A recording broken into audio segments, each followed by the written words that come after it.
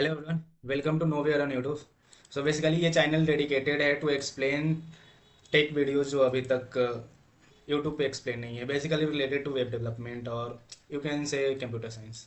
सो अभी एनपीएम पे एक सीरीज चल रहा है जिसमें पहले हमने एनपीएम और एनपीएक्स के में क्या डिफरेंस है और डिफरेंट टाइप्स ऑफ डिपेंडेंसी को समझा।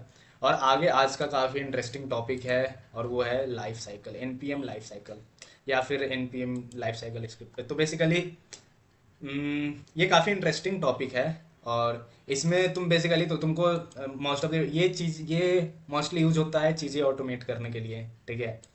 जो भी ये स्टेजेस होते हैं तुम्हारे पैकेजेस के अंदर उसको ऑटोमेट करने के लिए, या फिर इट्स लाइक तुमको ऑटोमेट करना है बिल्ड प्रोसेस को, या तुमको ऑटोमेट करना है इंस्टॉलेशन को या फिर पब्लिश को, तो वहाँ पे होता है, ठीक है।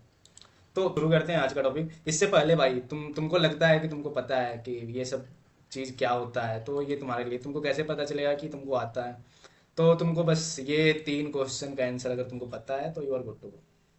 तो तुमको पता है एनपीएम इंस्टॉल में क्या होता है, ठीक है। जब तुम एनपीएम इंस्टॉल करते हो फटाक से तुम्हारा पैकेजेस इंस्टॉल होता है, ठीक है। क्या उसके अलावा और कुछ होता है? और होता है तो क्या होता है, ठीक है। Second, did you know NPM can run custom script different हाँ, तुमको प्री पोस्ट हुक के बारे में पता है क्या? ठीक है, नहीं पता, ये वीडियो तुम्हारे लिए है, ठीक है। एवं हाउ ऑटोमेट लाइक, हाँ, और तुम बिल्ड प्रोसेस को ऑटोमेट करना चाहते हो या पब्लिशिंग को ऑटोमेट करना चाहते हो और टेस्टिंग को ऑटोमेट करना चाहते हो तो कैसे करें, ठीक है। ये 3 चीज़ का आंसर तुमको पता है तो you are good to go. तुम ये वीडियो को स्किप कर सकते हो। अगर नहीं पता है तो चलो शुरू करते हैं। तो बेसिकली एनपीएम लाइफ साइकिल क्या है, ठीक है। तो तुम जैसे npm इंस्टॉल करते हो या npm रन बिल्ड करते हो, ठीक है। तो उस टाइम पे कुछ कमांड तो एग्जीक्यूट होते हैं, ठीक है। बट उसके साथ और भी कमांड होते हैं, प्री डिफाइंड कमांड जो यूज होते हैं, ठीक है। सो इसका डेफिनेशन देख लेते हैं। npm life cycle scripts are set of predefined and customisable command that run at specific stages of life cycle of package life cycle. They allow to developers to automate, basically ये automate करने में help करता है, ठीक है। और consistency भी आता है अक्रॉस द इन्वायरमेंट। कंसिस्टेंसी कैसे आता है उस पर डिस्कस करते हैं, ठीक है। बट ये क्या है, किताबी चीज़ है, ठीक है। तुमको सही से समझाए तो एक एग्जांपल देके समझाते हैं, ठीक है। सो ये एक प्रोजेक्ट है डेव्स एक्सप्लेन, लास्ट जो हमारा प्रोजेक्ट था। इसका तुम पैकेज और जेसन देख सकते हो, ठीक है। इसमें बेसिकली मेन जो है अभी स्क्रिप्ट वाले सेक्शन पे हम लोग फोकस कर रहे हैं। डिपेंडेंसी हमने लास्ट में पढ़ा था, ठीक है। Dependency, dev dependency, peer dependency. आज हम लोग स्क्रिप्ट वाले में देखेंगे। तो तुम जब जानते हो, तुमको अगर हम यहाँ पे करेंगे सी डी टेप्स एक्सप्लेन, अगर एनपीएम आई करेंगे तो तुमको क्या लगता है क्या होगा? ऑब्वियसली ये जितने भी पैकेजेज है डेव डिपेंडेंसी और डिपेंडेंसीज वो इंस्टॉल हो जाएंगे। ओके, कर लेते हैं, ठीक है। होता है इसके अलावा, तो देखो यहाँ पे ध्यान से, जब तुम पैकेज इंस्टॉल किए तो यहाँ पे लिख के आता है प्रिपेयरिंग इंस्टॉल, रनिंग इंस्टॉल और रनिंग पोस्ट इंस्टॉल, ठीक है। तुम कमांड क्या डाला? npm आई, यानी कि npm इंस्टॉल। लेकिन इसके अलावा भी चीज़ें रन हुई। क्या क्या रन हुई? तो जब भी तुम कोई स्क्रिप्ट रन करते हो, इसमें से कोई भी एक कमांड रन करते हो, ठीक है, तो वो बाय डिफॉल्ट 2 कमांड रन करती है, एक प्री इंस्टॉल और एक पोस्ट इंस्टॉल, ठीक है। तो प्री इंस्टॉल के अंदर में तुम जो भी कमांड लिखोगे यहाँ पे इको प्रिपेयरिंग फॉर इंस्टॉल, और यही रीजन है कि सबसे पहले ये कमांड एग्जीक्यूट हुआ है।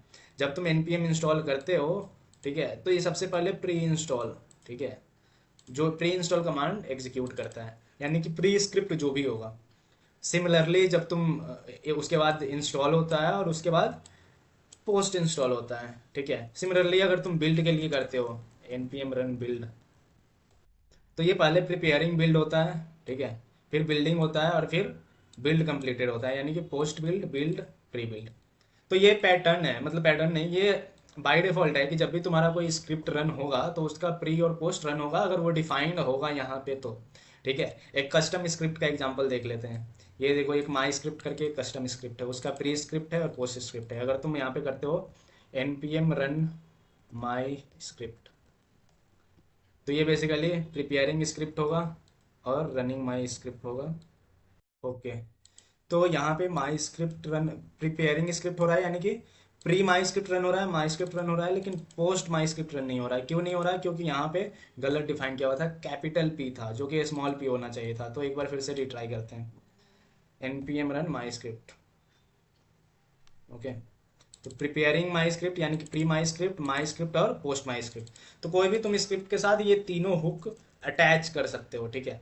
और इसका रियल लाइफ एग्जांपल देख लेते हैं कि भाई क्या है। तो लेट से तुम जब बिल्ड करते हो, ठीक है, तो तुम्हारा एक डिस्ट फोल्डर बनता है यहाँ पे, ठीक है। जब तुम बिल्ड करते हो तो इसके अंदर एक डिस्ट फोल्डर बनता है, ठीक है।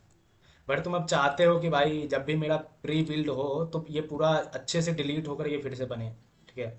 तो तुम कर सकते हो कि भाई प्री बिल्ड में तुम rm-rf बिल्ड नहीं डिस्ट, ठीक है। तो ये तुम क्या बोल रहे हो कि भाई जब तुम बिल्ड करोगे उससे पहले तुम इसको डिलीट करोगे, ठीक है, और फिर से बनाओगे, ठीक है। तो इको बिल्डिंग, तो बेसिकली अभी यहाँ पे कमांड नहीं है नए डिस्ट फाइल क्रिएट करने का, तो फिर ये क्रिएट नहीं करेगा। नहीं तो अदरवाइज ये क्या करता, इस फाइल में डिलीट करता और अगले जब बिल्ड होता तो ये नए डिस्ट फाइल को बनाता, ठीक है। तो इसको अगर करते हैं कमांड npm रन बिल्ड, तो ये क्या करेगा, पहले प्री बिल्ड रन करेगा जिससे वो क्या करेगा, डिस्ट फोल्डर को डिलीट कर देगा, ठीक है। तो देखो डिस्ट फोल्डर डिलीट हो गया। तो यहाँ पे तुम लॉग्स भी देख सकते हो, जो इको हम लोग यहाँ पे इस कमांड से हमारा बिल्ड फोल्डर डिलीट हो गया। और नेक्स्ट हमारा ये मतलब उसी में ये इको जो कमांड था वो रन हुआ, उसके बाद बिल्डिंग हुआ और उसके बाद वो, ठीक है। अब जैसे नॉर्मली क्या होता है कि इसमें भी वो हो जाता, ऐसे कर देते हैं mkdir डिस्ट कर देते हैं, ठीक है। अब क्या होगा, इसमें पहले डिस्ट डिलीट होगा फिर ये डिस्ट बन जाएगा, ठीक है। तो ये शायद तुमको दिखे ना, लेकिन देख लो यहाँ पे अगर डिस्ट है, ठीक है, तो जब तुम करते हो npm रन बिल्ड तो ये पहले डिलीट होगा और फिर बन जाएगा, वो पता नहीं चलेगा तुमको बट हो जाएगा। तो बेसिकली डिलीट हो गई, ये फिर से बन गया। तो ये क्या हुआ, पहले यहाँ पे डिलीट हुआ, ठीक है, फिर यहाँ पे बन गया, ठीक है, और फिर ये, ठीक है। तुम और भी ऑटोमेट तुम कर सकते हो बिल्ड प्रोसेस को या जो भी, तो तुमको पता चल गया। तुमको अब जो भी कोई कमांड लिखना है तुम लिख सकते हो प्री इंस्टॉल और पोस्ट इंस्टॉल में। तो बेसिक ये है कि भाई कोई भी स्क्रिप्ट में, कोई भी तुम्हारा स्क्रिप्ट है उसका बाय डिफॉल्ट टू तो होता ही है, प्री इंस्टॉल और पोस्ट इंस्टॉल, ठीक है। तो जो इंस्टॉल का लाइफ साइकिल होता है, ठीक है, वो होता है प्री इंस्टॉल फिर पोस्ट इंस्टॉल। तो जो भी तुम कमांड लिखोगे वो होगा। सिमिलरली बाकी सारा स्क्रिप्ट के लिए जो तुम्हारा पब्लिश कमांड होता है पैकेज को पब्लिश करने के लिए, उसमें भाई पहले प्री पब्लिश होता है, फिर प्रिपेयर होता है, फिर प्रीपैक होता है, पोस्ट पैक होता है, फिर पोस्ट पब्लिश होता है, ठीक है। हम्म, इसके अलावा बस यही चीज़ है, ठीक है। तो तुमको बेसिकली ये चीज़ का बस आइडिया होना चाहिए और इसका यूज करके तुम ऑटोमेट कर सको, ठीक है। तुमको एक एग्जांपल दिखाते हैं, एक पैकेज है प्रिज्मा क्लाइंट इंस्टॉलेशन, ठीक है। द इंस्टॉल कमांड यहाँ पे देखो, प्रिज्मा क्लाइंट, जब तुम npm इंस्टॉल प्रिज्मा क्लाइंट करोगे तो ये इंस्टॉल कमांड प्रिवोक प्रिज्मा जनरेट, तो ये क्या करता है, पोस्ट इंस्टॉल में प्रिज्मा जनरेट इन्वोक करता है, ठीक है। For which reads your Prisma schema and generate version, तो जो भी है ऐसा समझो कि बस ये एक पैकेज है प्रिज्मा क्लाइंट, ठीक है। जब तुम इसको इंस्टॉल करते हो तो भाई ये पोस्ट इंस्टॉल में इसका एक कमांड है प्रिज्मा जनरेट, वो रन कर देता है, ठीक है। तो सिमिलरली तुम अपने पैकेज भी जो बनाओगे उसमें तुम डाल सकते हो कि भाई पोस्ट स्क्रिप्ट में क्या होना चाहिए एंड ऑल, ठीक है। ये काफ़ी ज़्यादा यूज होते हैं जब तुम कोई बड़े बड़े प्रोजेक्ट को ऑटोमेट कर रहे होते हो तब, ठीक है। उसका बिल्ड प्रोसेस को और उसका जो भी है डिप्लॉयमेंट वगैरह के टाइम पे या पब्लिश के टाइम पे, ठीक है।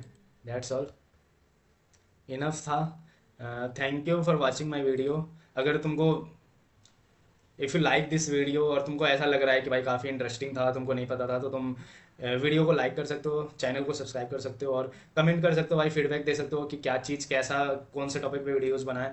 और एक्चुअली आगे इस चैनल पे एडवांस टाइपस्क्रिप्ट पे वीडियोस आने वाले हैं, तो वो काफ़ी अच्छा एक सीरीज होगा जिसको लाइक टाइपस्क्रिप्ट बेसिक आता है बट एडवांस नहीं आता, तो वो वीडियो उसके लिए। Thank you.